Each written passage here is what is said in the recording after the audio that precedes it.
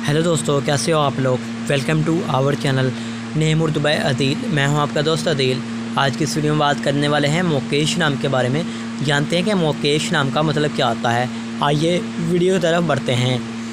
मुकेश नाम का मतलब बनता है गग्गा भगवान शिव के होते हैं, शिव गणेश के होते हैं। अगर हम मुकेश नाम के तख्लीक ज़बान में बात करें तो ये एक हिंदी ज़बान का नाम माना जाता है। मुकेश जिन्स का होता है।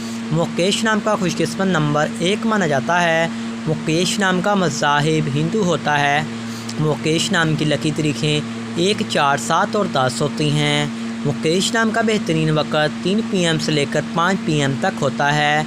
मुकेश नाम के लकी दिनों में इतवार, मंगल और जुमेरात शामिल होता है। अब बात कर लेते हैं कि मुकेश नाम वाले व्यक्ति कैसे होंगे।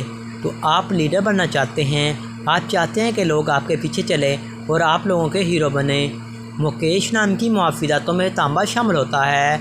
मुकेश नाम के लकी रंग सुनहरी, नारंगी और सुर्ख रंग शामिल होते हैं। मुकेश नाम के मुआफ़ी पत्थरों में सबसे कीमती पत्थर शामिल होता है।